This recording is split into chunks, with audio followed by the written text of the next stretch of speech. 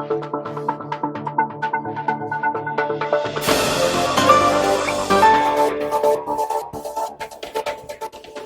everybody. Kevin Crouch here with Ellis County Weather. And as we get into the summer months, temperatures are rising quickly, and we're starting to kind of shift the focus of this segment from severe weather safety to hot weather safety. And we'll be talking about that on the Wild Weather Wednesdays occasionally as well. But I want to bring your attention to just some basics. I want to start off with just a list of very straightforward and basic things that we can do to make sure that we are keeping ourselves and our loved ones safe in the hot weather. Let's start off, obviously, stay indoors and limit outdoor activity.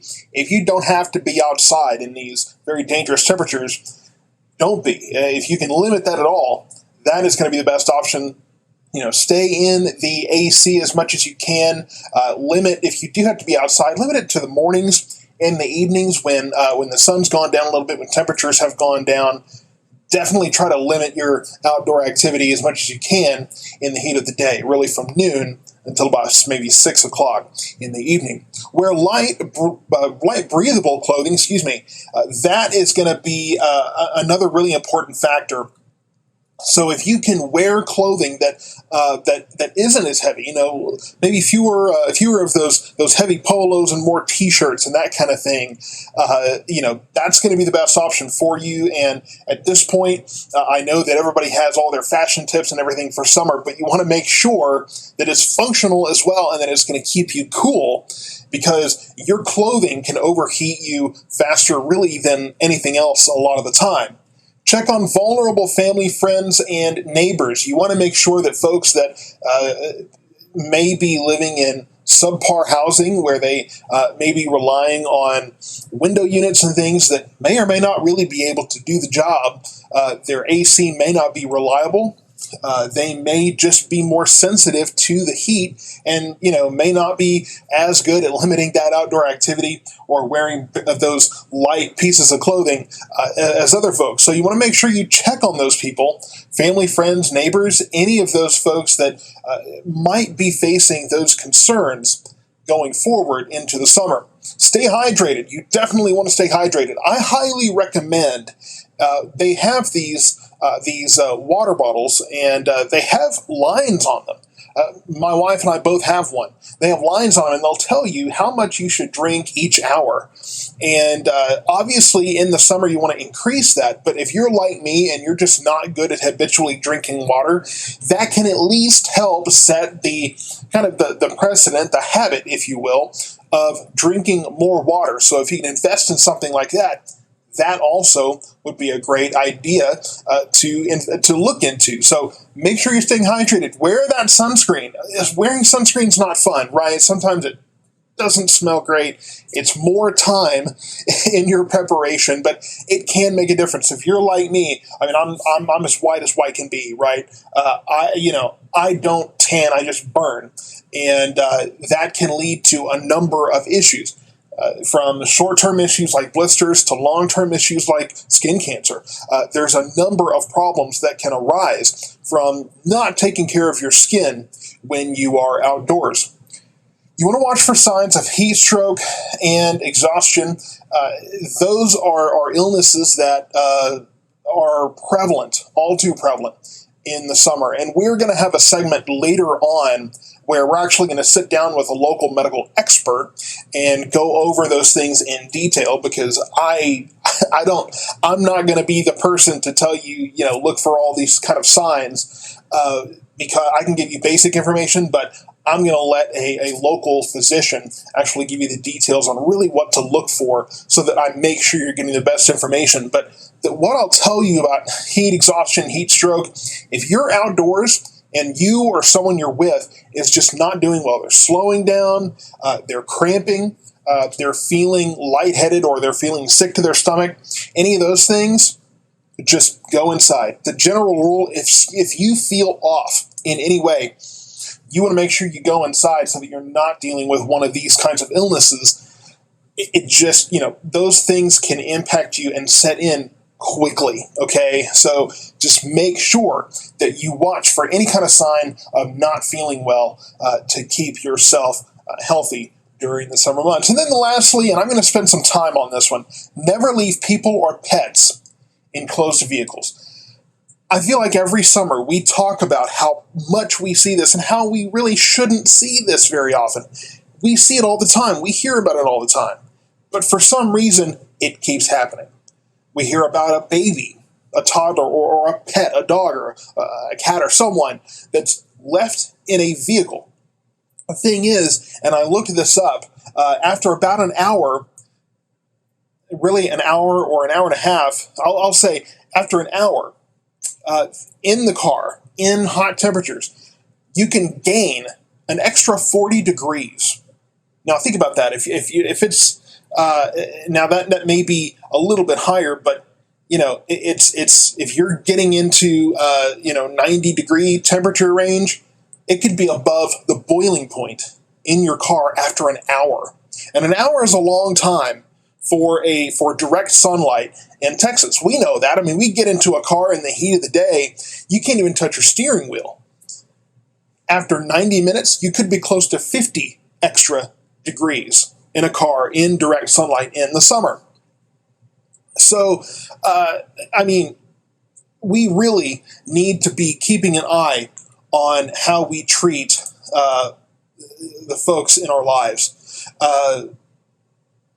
You really want to make sure that the people that are the most vulnerable, your children, your pets, they're not going to sit there and go, hey, by the way, I'm back here. It's your responsibility to remember they're there. And to me, I don't understand what conditions would lead to you to forget that your child or your pet or someone else is in the vehicle with you. I don't remember it, but or I don't understand it rather, and I don't. I just can't conceive the conditions under which that would happen. And maybe there's someone who can explain better in the comment section what could possibly lead to this. And I can understand something around the nature of Alzheimer's or dementia, those kind of things. Those are unique circumstances. But I don't remember any kind of situation where I've heard of that being the reason. Seems like most of the time when we hear about this on the news, they just say, I just forgot. It was outside of my routine, or it was, I wasn't supposed to have him or her that day. I don't usually take them with me, or whatever the case might be. It seems like it's always so easily preventable. So the way that I've heard that this can be prevented, if you think that this might be an issue and you can't trust that you're going to remember this extra individual in your vehicle, is to put something in the back seat with them to make sure you're going to remember. So a shoe. I mean, you're going to notice if you step out of the car and you got one shoe off, right? If you're walking around barefoot or with a sock, you're going to notice that, and it's going to jog your memory. Or we're all addicted, or I know I'm addicted to my phone. We're all addicted to our phones or maybe a watch or some kind of gadget that you rely on. Put that in the back seat. Maybe that'll keep you from texting and driving as well, but put it in the back seat, and maybe that'll help you remember. Or if you carry a purse, put your purse back there, or your wallet, or whatever the case might be. If there is an object that you're going to remember faster than that individual in the back seat, put it back there so that you can hopefully remember them. I'm a two-time father. I just recently had another child at the time this is filmed. You may be watching this in a future summer here, but I just had a second child. I could not imagine forgetting him in the back seat, coming back to my car after an hour and finding out that he was cooked alive by the summer temperatures. I can't imagine the circumstances in which I would just forget that my child was with me. And I understand sometimes they sleep in the car. A moving car is the best lullaby for some little kids. But we have to do better. We have to get to a point where we don't lose any children to being left in these hot vehicles. There are a lot of things that I try to understand the other side of, and I try to understand the circumstances. I try to be objective, but this is one of those things that's hard for me to do. We see it every summer. I haven't heard it yet, but I'm sure it's coming. So if you're watching this video, make a commitment today to think about this long and hard. And if you think it might be an issue, if in doubt, put a plan in place. You're going to put a shoe or a phone or a purse or something in that back seat to make sure you remember your child or your pet. We don't want to have to hear any more of those stories in Ellis County. We've lost children in this county to various kinds of violence. Don't let this be one of them. I didn't want to end this video on such a heavy note, but I felt that it was important enough for me to spend some time talking about this. It's something that I'm passionate about. Every one of these things on this list is easy to do. Checking on vulnerable family, friends, and neighbors. We did that so well during the winter storm. Now let's do it during the summer. We're well aware in Texas how impactful these summers can be. Let's take care of each other. Let's take care of ourselves. And let's make sure we take care of those we are responsible for. Thank you so much for watching. I hope that this maybe has helped you get ready for the very intense summer heat that's coming. We're going to hit the triple digits here in a few days. And I really hope that if you struggle with one of these things, especially the last one, you'll find some way to get better at being prepared. We're going to have more on this topic in the next few months, and of course we'll transition at some point into hurricane season discussions and those kind of things, but I'm going to spend time on this, being prepared. I was in band camp for 2 years in high school. We learned a lot about taking care of yourself in the heat because I was out on the asphalt in June, July, and August. So that was beat into us to be careful. And I'm not as careful as I should be. Just, I'm sure all of us have our spots that we miss. Here's a list. Write it down. Put it on your fridge. Put it on your computer background. Put it wherever it can go. This graphic, you can find it on the Facebook. It's been shared on the Facebook page. It's on the website as well.